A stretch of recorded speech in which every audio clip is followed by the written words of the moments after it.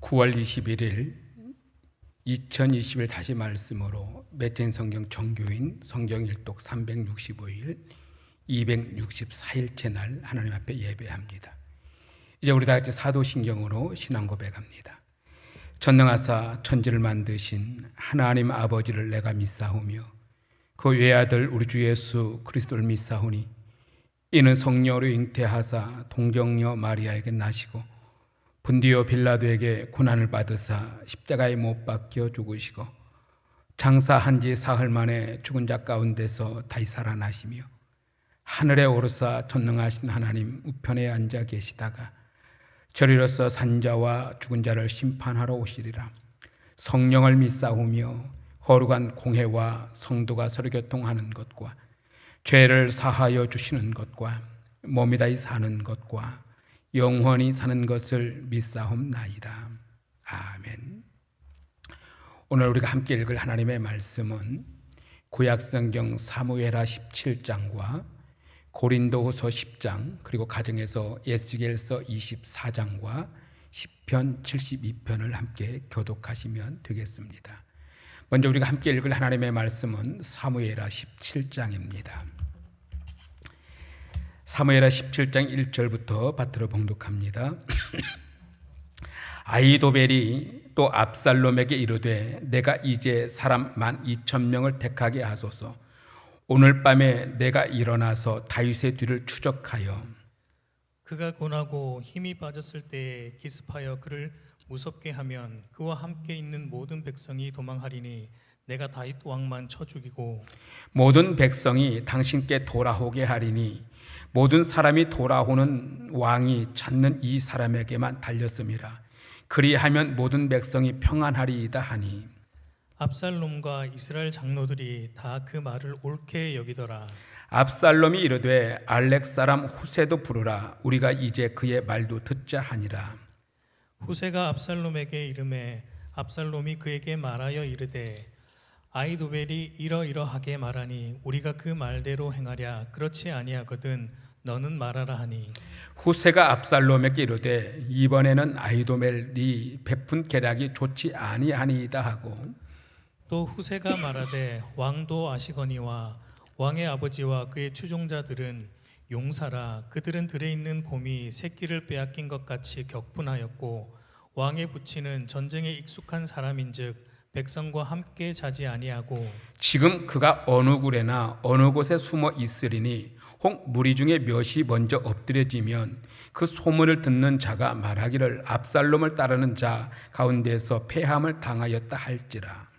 비록 그가 사자 같은 마음을 가진 용사의 아들일지라도 낙심하리니 이는 이스라엘 무리가 왕의 아버지는 영웅이요 그의 추종자들도 용사인 줄 알미니이다. 나는 이렇게 계략을 세웠나이다. 온 이스라엘을 단부터 부엘세바까지 바닷가의 많은 모래같이 당신께로 모으고 친히 전장에 나가시고 우리가 그 만날 만한 곳에서 그를 기습하기를 이슬이 땅에 내린같이 우리가 그의 위에 덮여 그와 그 함께 있는 모든 사람을 하나도 남겨두지 아니할 것이요 또 만일 그가 어느 성에 들었으면 온 이스라엘이 밧줄을 가져다가 그 성을 강으로 끌어들여서 그곳에 작은 돌 하나도 보이지 않게 할 것이니이다 하며 압살롬과 온 이스라엘 사람들이 이르되 아렉 사람 후세의 계략은 아히도벨의 계략보다 낫다 하니 이는 여호와께서 압살롬에게 화를 내리려 하사 아히도벨의 좋은 계략을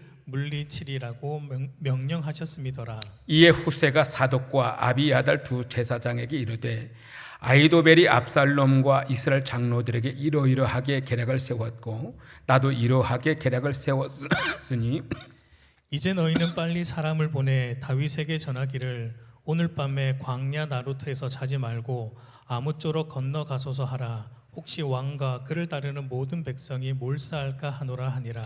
그때에 요나단과 아히마아스가 사람이 볼까 두려워하여 감히 성에 들어가지도 못하고 에누로겔 가에 머물고 어떤 여종은 그들에게 나와서 말하고 그들은 가서 다윗 왕에게 알리더니 한 청년이 그들을 보고 압살롬에게 알린지라. 그 두 사람이 빨리 달려서 바울임 어떤 사람의 집으로 들어가서 그의 뜰에 있는 우물 속으로 내려가니 그 집 여인이 덮을 것을 가져다가 우물 아귀를 덮고 찌은 곡식을 그 위에 널매 전혀 알지 못하더라.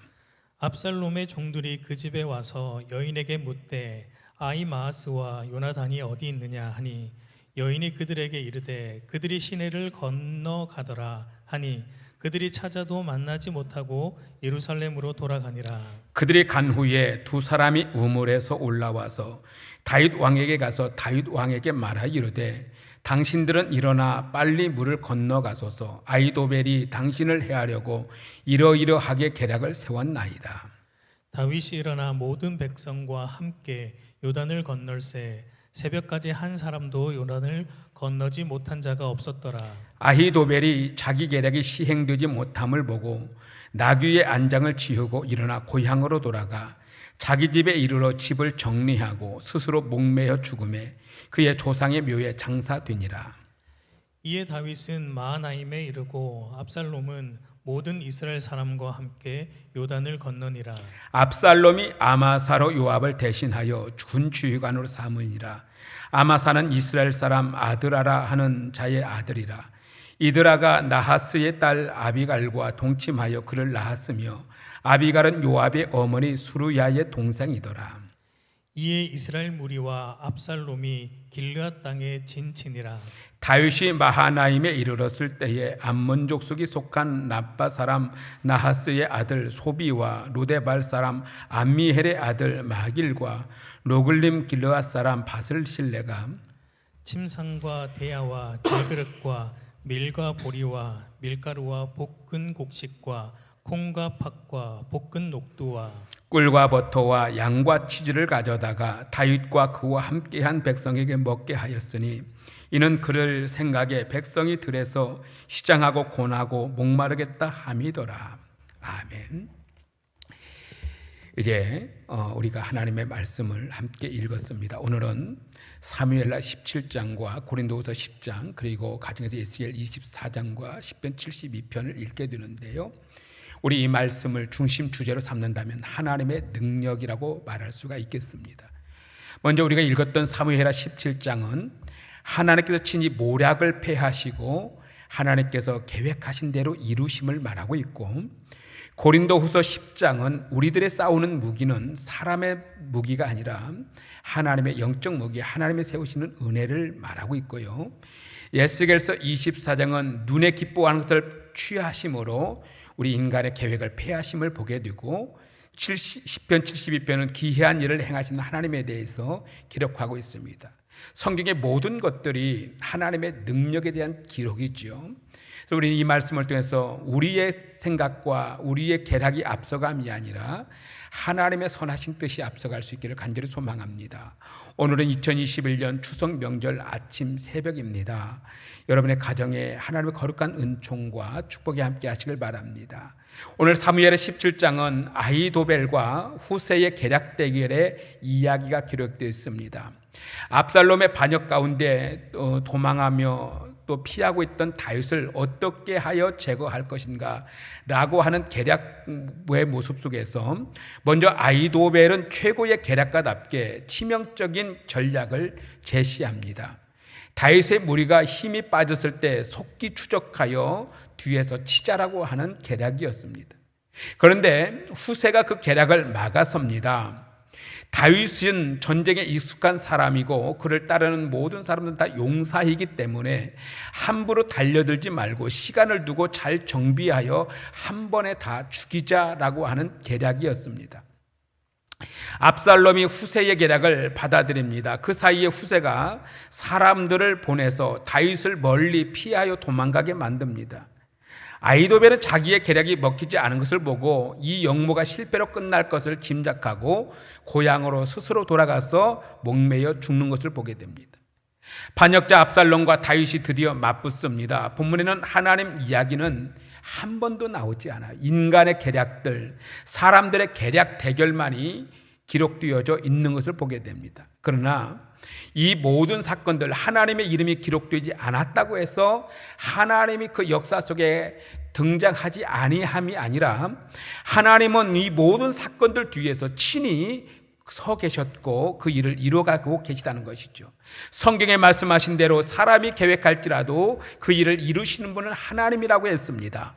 하나님께서 아이도벨의 계략을 꺾으시고 후세의 계략을 세우심으로 하나님께서 친히 다윗을 보호하시고 지키시는 과정을 우리에게 보여주고 있습니다. 그렇게 하나님께서 압살롬의 마음이 그렇게 움직이도록 역사하신 것이죠. 하나님은 우리의 삶에도 이와 같이 개입하십니다. 초자연적인 역사가 아니더라도 사람들의 마음을 오늘도 주관하고 계시고 또 자신의 기쁘신 뜻을 그들의 마음 하나, 말 한마디, 삶의 모든 하나까지도 역사하셔서 하나님의 뜻을 이루어 가시길 원하십니다. 그렇기 때문에 사랑하는 성도 여러분, 성도가 하나님을 믿고 하나님의 뜻대로 살아갈 이유는 바로 하나님께서 모든 역사의 주인이시다, 하나님 모든 것을 이루어 가신다는 사실을 우리 분명히 인식하며 그렇게 나갈 때에 우리 하나님 앞에 범죄치 아니할 줄 믿습니다. 우리가 구약성경 가정에서 읽게 될 에스겔서 24장을 보면은 예루살렘이 망하는 날에 대한 기록이 되어 있는데, 먼저 녹슨 가마의 비유를 가지고, 이 가마는 이미 녹이 슬었고 버림을 받을 수밖에 없는 건데, 결국에 이 녹이 걷어낼 수 있는 방법은 하나님은 이 가마를 숯불 위에 올려놓고 달궈서 녹을 완전히 소멸시키겠다고 말하며 죄악을 깨끗이 제거하기를 원하시는 거죠. 이 일은 바로 다른 것이 아니라 바벨론을 통해서 그들을 징계하겠다는 뜻입니다. 그런데 거기에 충격적인 사건이 하나가 있는데, 에스겔의 아내가 결국에 하나님 앞에서 대리움을 당하거든요. 그러나 하나님은 에스겔 선지자에게 뭐라고 말하는 거예요? 슬퍼하거나 울지 말라. 왜 그렇습니까? 이날은 오히려 아내의 데려감의 슬픔을 통해서 나라가 망할 거에 대한 예표를 하고 있는 것이거든요. 결국에 나라가 망하는 날이기 때문에 울지 말라, 슬퍼하지도 말라, 이렇게 말합니다. 얼마나 죄가 깊었으면 그래 하겠습니까? 그렇습니다. 인간 생사 화복을 주관하시는 하나님께서 어찌 보면 우리의 인생의 모든 것까지도 이루어 가실 하나님이심을 믿으시고, 이 추석 아침에 여러분의 가정에 하나님을 향한 놀라운 계획과 목적들이 이루어지길 간절히 소망합니다. 사람이 계획할지라도 그 일을 이루시는 하나님이심을 믿고 끝까지 우리 믿음 안에 굳게 설 수 있기를 주의 이름으로 축복합니다. 계속해서 우리는 고린도후서 10장을 함께 교독하도록 하겠습니다. 고린도후서 10장 1절, 너희를 대면하면 유순하고 떠나 있으면 너희에 대하여 담대한 나 바울은 이제 그리스도의 온유와 관용으로 친히 너희를 권하고, 또한 우리를 육신에 따라 행하는 자로 여기는 자들에 대하여 내가 담대히 대하는 것 같이 너희와 함께 있을 때도 나로 하여금 이 담대한 태도로 대하지 않게 하기를 구하노라. 우리가 육신으로 행하나 육신에 따라 싸우지 아니하노니 우리의 싸우는 무기는 육신에 속한 것이 아니요 오직 어떤 견고한 진도 무너뜨리는 하나님의 능력이라. 모든 이론을 무너뜨리며 하나님 아는 것을 대적하여 높아진 것을 다 무너뜨리고 모든 생각을 사로잡아 그리스도에게 복종하게 하니, 너희의 복종이 온전하게 될 때에 모든 복종하지 않는 것을 벌하려고 준비하는 중에 있노라. 너희는 외모만 보는도다. 만일 사람이 자기가 그리스도에게 속한 줄을 믿을진대 자기가 그리스도에 속한 것 같이 우리도 그러한 줄을 자기 속으로 다시 생각할 것이라. 주께서 주신 권세는 너희를 무너뜨리려고 하신 것이 아니요 세우려고 하신 것이니 내가 이에 대하여 지나치게 자랑하여도 부끄럽지 아니하리라. 이는 내가 편지들로 너희를 놀라게 하려는 것 같이 생각하지 않게 함이라. 그들의 말이 그의 편지들은 무게가 있고 힘이 있으나 그가 몸으로 대할 때는 약하고 그 말도 시원하지 않다 하니, 이런 사람은 우리가 떠나 있을 때에 편지들로 말하는 것과 함께 있을 때에 행하는 일이 같은 것임을 알지라. 우리는 자기를 칭찬하는 어떤 자와 더불어 감히 짝하며 비교할 수 없노라. 그러나 그들이 자기로서 자기를 헤아리고 자기로서 자기를 비교하니 지혜가 없도다. 그러나 우리는 분수 이상의 자랑을 하지 않고 오직 하나님이 우리에게 나누어 주신 그 범위의 한계를 따라 하노니 곧 너희에게까지 이른 것이라. 우리가 너희에게 미치지 못할 자로서 스스로 지나쳐 나아간 것이 아니요 그리스도의 복음으로 너희에게까지 이른 것이라. 우리는 남의 수고를 가지고 분수 이상의 자랑을 하는 것이 아니라 오직 너희 믿음이 자랄수록 우리의 규범을 따라 너희 가운데서 더욱 풍성하여지기를 바라노라. 이는 남의 규범으로 이루어 놓은 것으로 자랑하지 아니하고 너희 지역을 넘어 복음을 전하려 함이라. 자랑하는 자는 주 안에서 자랑할지니라. 옳다 인정함을 받는 자는 자기를 칭찬하는 자가 아니요 오직 주께서 칭찬하시는 자니라. 아멘. 그렇습니다. 바울이 본격적으로 자신을 변호하는 내용으로 기록되어 있는데 고린도 교회는 바울을 육신을 따라 행하는 자로 여기는 이 자들이 있었습니다. 어찌 보면 거짓 교사들이 바울 사도의 사도권을 무시하고 육신의 모습을 부각시킴으로 말미암아 바울의 믿음의 권위를 내려가려고 하는 일들이 있었지요. 그러나 바울은 육신에 속한 무기가 아니라 자기 자신은 하나님의 능력을 가지고 한다라고 말합니다. 이것은 육신의 생각도 이론들도 다 무너뜨린다고 했습니다. 안타깝게도 고린도 사람들은 겉으로 보이는 것에 너무 쉽게 넘어갔습니다. 거짓 교사들이 바울은 몸이 약하고 말도 시원치 않다라고 하는 이들의 말에 넘어가게 된 것이죠. 그들은 자신을 열심히 칭찬합니다. 분수 이상의 자랑을 합니다. 반면에 바울은 오직 하나님께서 나누어 주신 범위와 한계만을 생각합니다. 조금 전에도 사무엘 17장을 통해서 말씀하신 것처럼 사람의 계획도 하나님의 꺾으시면 다 꺾어지게 돼 있어요. 겉으로 보이는 모든 연약함을 가지고 여러분 하나님의 뜻을 우리가 판단해서는 안 이룰 줄 믿습니다. 오직 사도 바울은 하나님께서 이루어 가시는 일, 하나님의 능력, 오직 하나님이 하시는 이 일에 대해서만 관심을 가지고 있었습니다. 복음을 전하고 주 안에서 늘 자랑하는 것은 오직 하나님의 능력뿐이었습니다. 사람을 외모로만 평가하지 않도록 늘 우리는 주의해야 합니다. 언변이나 크기에 속지 말아야 합니다. 화려한 말과 큰 규모를 자랑하지 말아야 합니다. 이런 데 속아 넘어가서도 안 됩니다. 정말로 진리에 기초한 언행인지 하나님의 능력에 따라가는 은혜의 삶인지를 우리는 먼저 살펴야 합니다. 말 속에서 그리스도께 드러나고 계신지를 꼭 확인해야 합니다. 복음은 오직 하나님의 능력을 전하는 것이 참된 복음입니다. 그러나 고린도후서 오늘 본문 말씀에서 자기들의 육체적 자랑거리만 자랑하는 이 거짓 교사들이 고린도 교회에 들어와서 바울의 외모와 바울의 부족함을 드러하면서 하나님의 뜻을 무시하는 이 모습을 보면서 오늘 우리들의 모습을 살펴봐야 될 줄로 믿습니다. 사랑하는 성도 여러분, 이제 하나님의 은혜를 먼저 바라볼 수 있는 영안이 열려지기를 간절히 소망합니다.